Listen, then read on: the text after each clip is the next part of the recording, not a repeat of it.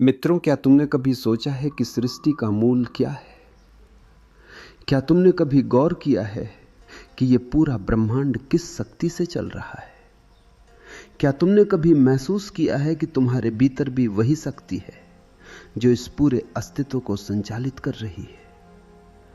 और तंत्र राज, तंत्र, ये नाम सुनकर तुम्हारे मन में क्या आता है? शायद कुछ रहस्यमय, कुछ गुप्त, कुछ खतरनाक।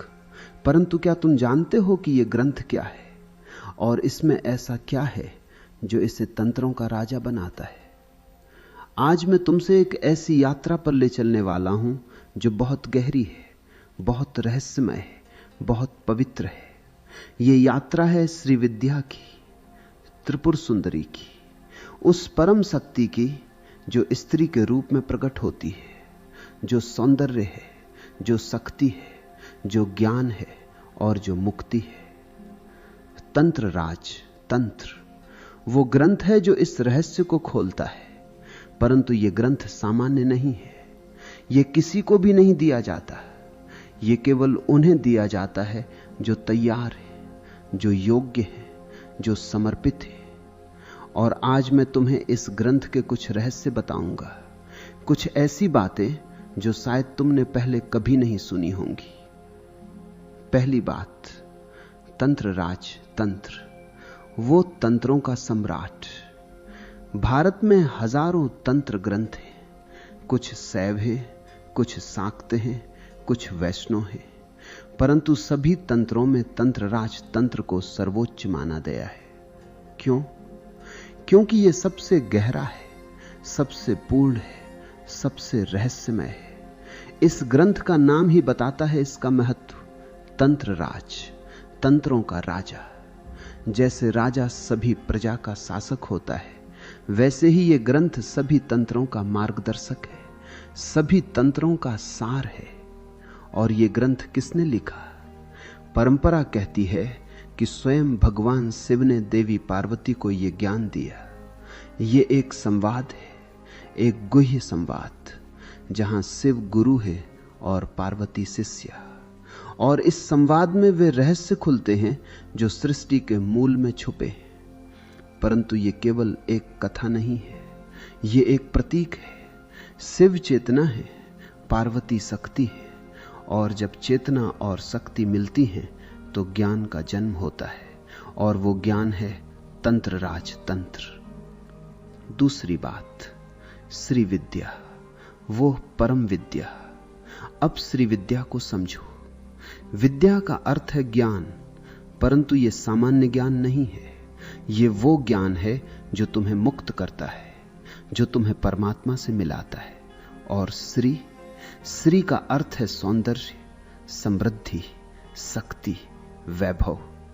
तो श्री विद्या वो विद्या है जो तुम्हें सब कुछ देती है, भौतिक समृद्धि भी, आध्यात्मिक मुक्ति भी। ये दोनों को साथ लाती है, और यही इसकी विशेषता है, यही इसकी महानता है।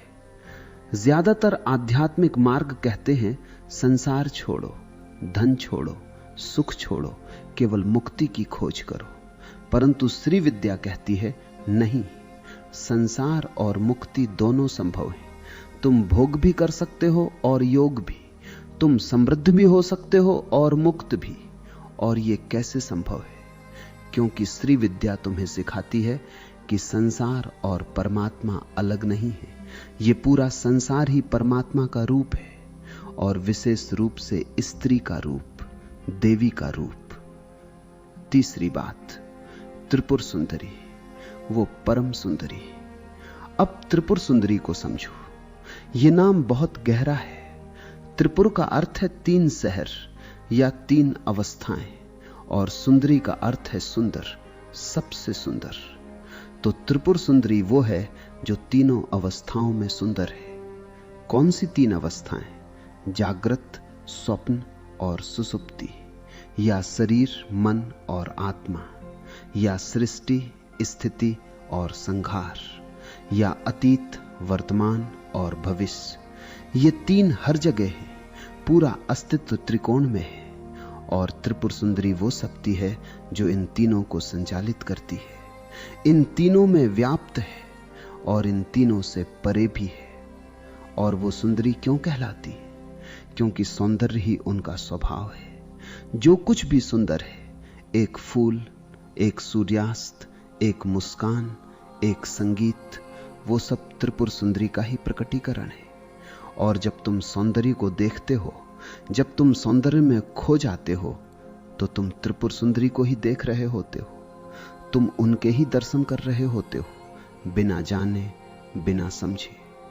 परंतु श्री विद्या साधक जानबूझकर इन दर्शन को करता है।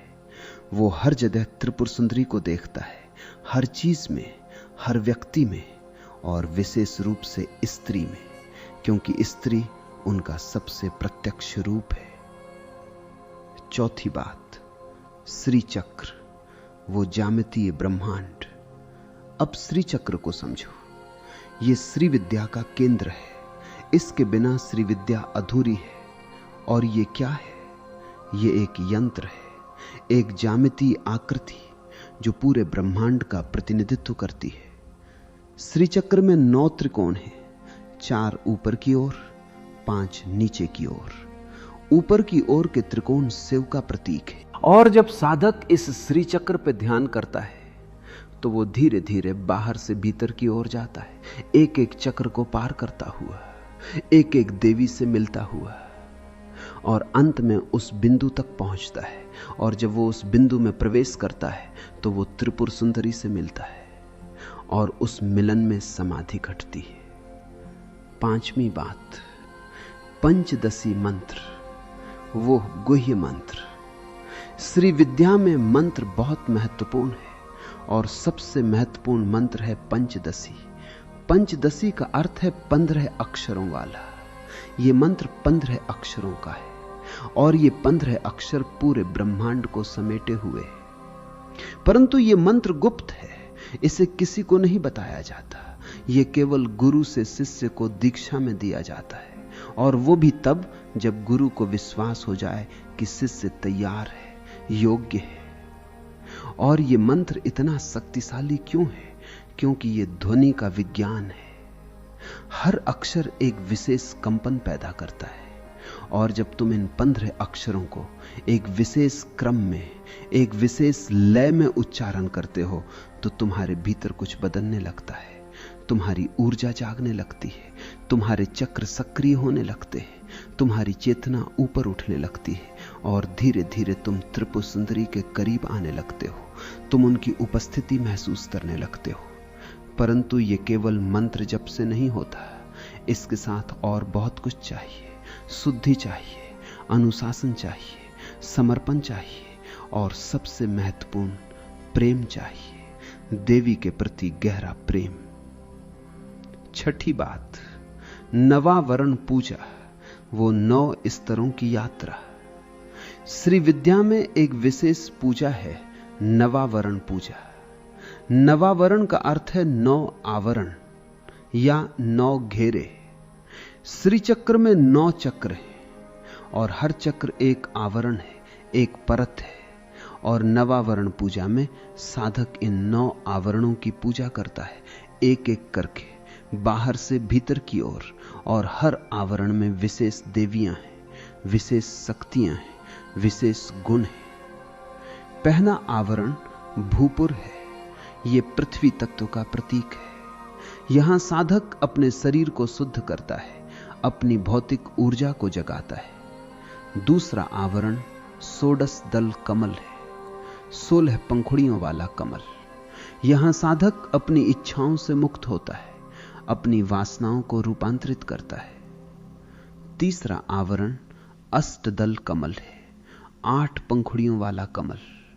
यहां साधक अपने मन को शुद्ध करता है, अपने विचारों को शांत करता है। चौथा आवरण चतुर्दश त्रिकोण है, 14 त्रिकोण। यहां साधक अपनी बुद्धि को तेज करता है, अपने विवेक को जगाता है। 5वां आवरण बहिर्दशार है, बाहरी 10 त्रिकोण। यहां साधक अपनी इंद्रियों को नियंत्रित करता है, अपने शरीर के 10 द्वारों को संयमित करता है। 6ठा आवरण अंतर्दशार है, भीतरी 10 त्रिकोण। यहां साधक अपनी आंतरिक शक्तियों को जगाता है, अपनी सूक्ष्म ऊर्जाओं को सक्रिय करता है। 7वां आवरण अष्टकोण है, 8 त्रिकोण। यहां साधक अष्ट सिद्धियों के करीब आता है, परंतु उनमें फांसता नहीं, उन्हें पार करके आगे बढ़ता है। 8वां आवरण त्रिकोण है, 3 त्रिकोण। यहां साधक त्रिगुणों से परे जाता है, सत्व, रज और तम से मुक्त होता है। और 9वां आवरण बिंदु है, वो केंद्र बिंदु जहां त्रिपुर सुंदरी वास करती है। और जब साधक यहां पहुंचता है तो वो देवी से मिलता है, और उस मिलन में वो स्वयं देवी हो जाता है। भेद मिट जाता है, द्वैत गायब हो जाता है, और जो बचता है वो अद्वैत है, एकत्व है, समाधि है।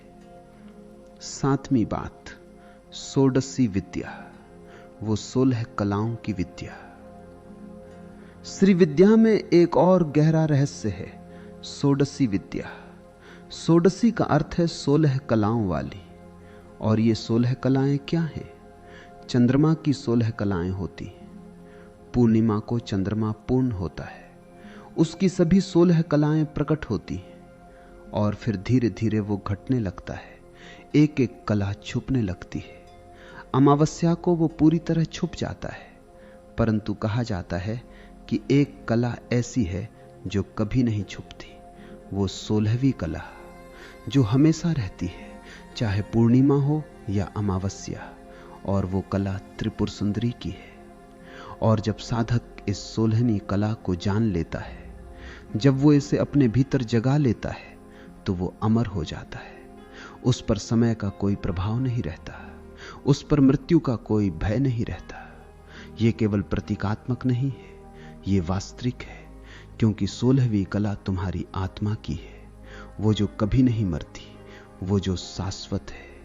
और जब तुम उसे जान लेते हो तो तुम जान लेते हो कि तुम कभी नहीं मरोगे, तुम सदा से हो और सदा रहोगे। 8वीं बात, काम कला, वो यौन ऊर्जा का विज्ञान। अब एक बहुत गहरी और नाजुक बात, तंत्रराज, तंत्र में काम कला का विस्तृत वर्णन है। और काम कला क्या है? ये यौन ऊर्जा का विज्ञान है, परंतु ये सामान्य यौन ज्ञान नहीं है, ये बहुत गहरा है। ये बताता है, और साधक को इन सभी चक्रों को जगाना होता है एक एक करके। और हर चक्र का अपना देवता है, अपनी शक्ति है, अपना रंग है, अपनी ध्वनि है। जब मूलाधार जागता है तो साधक को पृथ्वी तत्व का अनुभव होता है, स्थिरता का। जब स्वाधिष्ठान जागता है तो जल तत्व का, प्रवाह का। जब मणिपुर जागता है तो अग्नि तत्व का, शक्ति का। जब अनाहत जागता है तो वायु तत्व का, प्रेम का। जब विशुद्धि जागता है तो आकाश तत्व का, विस्तार का। और जब आज्ञा जागता है तो ज्ञान का, दर्शन का। और फिर जब ऊर्जा सहस्रार तक पहुंचती है तो समाधि घटती है।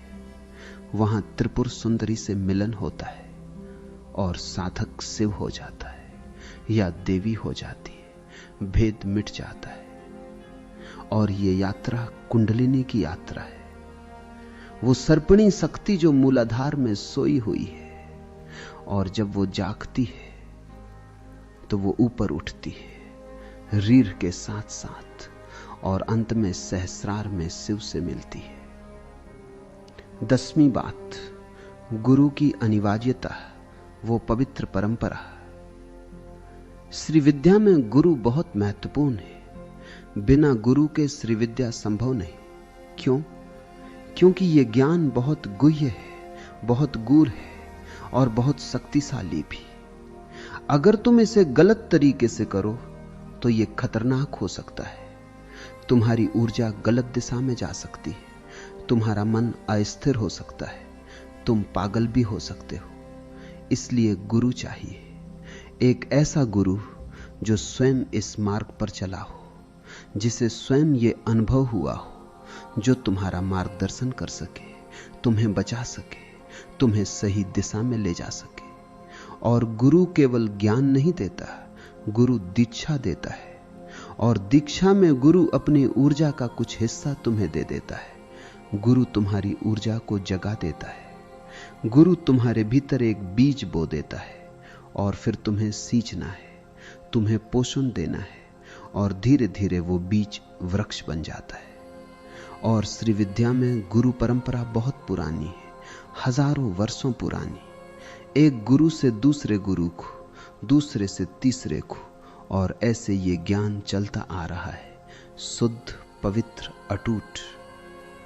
11वीं बात, पंच मकार, वे 5 विवादास्पद तत्व। अब एक बहुत विवादास्पद बात, तंत्र में पंच मकार का उल्लेख है। 5 म से शुरू होने वाले तत्व, मध्य, मांस, मत्स्य, मुद्रा और मैथुन। शराब, मांस, मछली, अनाज और संभोग। और लोग सोचते हैं कि तंत्र मतलब इन 5 का भोग, परंतु यह गलतफहमी है, बहुत बड़ी गलतफहमी। तंत्रराज तंत्र में इन पंच मकार का वर्णन है, परंतु यह प्रतीकात्मक है, गहरा प्रतीकात्मक। मध्य का अर्थ वो अमृत है जो सहस्रार से टपकता है जब कुंडलिनी जागती है, वो आनंद का अमृत। मांस का अर्थ है अपनी जीभ को नियंत्रित करना, अपनी वाणी को शुद्ध रखना। मत्स्य का अर्थ है अपनी ईड़ा और पिंगला नाड़ियों को संतुलित करना, जो मछली की तरह रीढ़ के दोनों ओर होती है। मुद्रा का अर्थ है विशेष हाथ की मुद्राएं, जो ऊर्जा को नियंत्रित करती है। और मैथुन का अर्थ है शिव और शक्ति का मिलन, तुम्हारे भीतर का पुरुष और स्त्री का मिलन, चेतना और ऊर्जा का मिलन। परंतु कुछ तांत्रिक परंपराओं में इन्हें शाब्दिक रूप से भी लिया जाता है। वहां वास्तव में शराब पी जाती है, मांस खाया जाता है और संभोग किया जाता है, परंतु ये सब एक विशेष विधि से, एक विशेष चेतना के साथ, एक विशेष पवित्रता के साथ। और ये केवल बहुत उच्च स्तर के साधकों के लिए है, जो अपनी इंद्रियों के पूरी तरह मालिक हो चुके, जिनके लिए शराब और जल में कोई फर्क नहीं, जिनके लिए मांस और सब्जी में कोई फर्क नहीं, जिनके लिए संभोग एक ध्यान है, भोग नहीं। परंतु आम साधक के लिए पंचमकार प्रतीकात्मक है और उन्हें शाब्दिक रूप से नहीं लेना चाहिए। 12वीं बात, त्रिपुर रहस्य, वो 3 शहरों का रहस्य। अब त्रिपुर के रहस्य को और गहराई से समझो। त्रिपुर का अर्थ है 3 शहर, और ये 3 शहर क्या हैं? एक व्याख्या कहती है ये 3 लोक हैं, स्वर्ग, पृथ्वी और पाताल। और त्रिपुर सुंदरी तीनों लोकों की स्वामिनी है। दूसरी व्याख्या कहती है ये 3 शरीर हैं, स्थूल शरीर, सूक्ष्म शरीर और कारण शरीर, और त्रिपुर सुंदरी तीनों शरीरों में व्याप्त है। तीसरी व्याख्या कहती है ये 3 अवस्थाएं हैं, जागृत, स्वप्न और सुसुप्ति, और त्रिपुर सुंदरी तीनों अवस्थाओं की साक्षी है और तीनों से परे भी। चौथी व्याख्या कहती है ये 3 गुण हैं, सत्व, रज और तम, और त्रिपुर सुंदरी तीनों गुणों से परे है, निर्गुण है। और सबसे गहरी व्याख्या कहती है ये 3 बिंदु हैं, कामेश्वरी, वज्रेश्वरी और भगमालिनी। ये 3 देवियां जो श्री चक्र के केंद्र में हैं, और इन तीनों का समन्वय ही त्रिपुर सुंदरी है। और ये 3 बिंदु प्रतीक हैं इच्छा शक्ति, ज्ञान शक्ति और क्रिया शक्ति के। जब 14वीं बात, श्री विद्या और दैनिक जीवन, वह व्यवहारिक आध्यात्मिकता। अब यह समझो कि श्री विद्या केवल पूजा पाठ नहीं है, यह तुम्हारे पूरे जीवन को बदल देती है, तुम्हारे देखने के तरीके को बदल देती है। जब तुम श्री विद्या साधक बनते हो तो तुम हर स्त्री में देवी को देखने लगते हो। तुम्हारी मां में, तुम्हारी बहन में, तुम्हारी पत्नी में, तुम्हारी बेटी में, और यहां तक कि अजनबी स्त्रियों में भी। और तब तुम्हारा व्यवहार बदल जाता है। तुम उनका सम्मान करने लगते हो, उन्हें पूजने लगते हो, और तुम सौंदर्य को एक नई दृष्टि से देखने लगते हो। हर सुंदर चीज में तुम्हें देवी की झलक दिखती है। एक फूल में, एक तितली में, एक सूर्यास्त में, एक संगीत में। और यह तुम्हारे जीवन को कितना सुंदर बना देता है, कितना रसमय बना देता है। और तुम समृद्धि को स्वीकार करने लगते हो, क्योंकि समृद्धि भी देवी की ही है। श्री लक्ष्मी देवी का ही एक रूप है। तो तुम धन को, सुख को, सुविधा को अस्वीकार नहीं करते। तुम उन्हें स्वीकार करते हो, परंतु उनमें फांसते नहीं। तुम उनका उपयोग करते हो, परंतु उनके गुलाम नहीं बनते। यह श्री विद्या की खूबसूरती है। यह तुम्हें संसार से भगाती नहीं, यह तुम्हें संसार में रहना सिखाती है, परंतु संसार से परे रहना भी सिखाती है। यह तुम्हें भोगी भी बनाती है और योगी भी। 15वीं बात, शक्तिपात, वो ऊर्जा का हस्तांतरण। श्री विद्या में दीक्षा के समय एक बहुत महत्वपूर्ण घटना घटती है, शक्तिपात।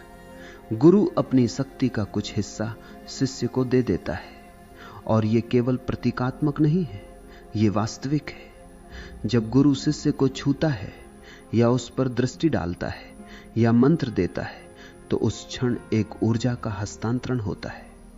शिष्य के भीतर कुछ जाग जाता है, कुछ खुल जाता है, जो पहले सोया हुआ था, जो पहले बंद था। और यह शक्तिपात कितना गहरा है, यह गुरु की स्थिति पर निर्भर करता है। अगर गुरु स्वयं जागा हुआ है, अगर गुरु स्वयं देवी को जानता है, तो शक्तिपात बहुत गहरा होगा। शिष्य का पूरा जीवन बदल सकता है एक क्षण में। परंतु अगर गुरु स्वयं अधूरा है, अगर गुरु केवल किताबी ज्ञान रखता है, तो शक्तिपात उतना गहरा नहीं होगा, या शायद होगा ही नहीं। इसलिए सही गुरु का चुनाव बहुत महत्वपूर्ण है। और यह चुनाव तुम्हारी बुद्धि से नहीं, बल्कि तुम्हारे हृदय से होना चाहिए। जब तुम सही गुरु के सामने आते हो, तो तुम्हारा हृदय जान जाता है, तुम्हें कोई संदेह नहीं रहता। तुम बस जानते हो, यही है मेरे गुरु। 16वीं बात, त्रिपुर भैरवी, वो भयंकर रूप। त्रिपुर सुंदरी केवल कोमल नहीं है, वे भयंकर भी हैं। और उनका भयंकर रूप है त्रिपुर भैरवी, या काली, या चंडी, या दुर्गा।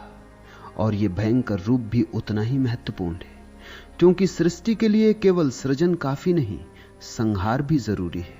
पुराने को मिटाना जरूरी है, ताकि नए के लिए जगह बने। और साधक के जीवन में भी यही होता है।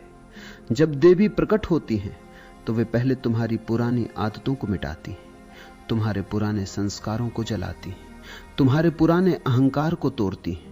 और यह प्रक्रिया दर्दनाक हो सकती है, बहुत दर्दनाक।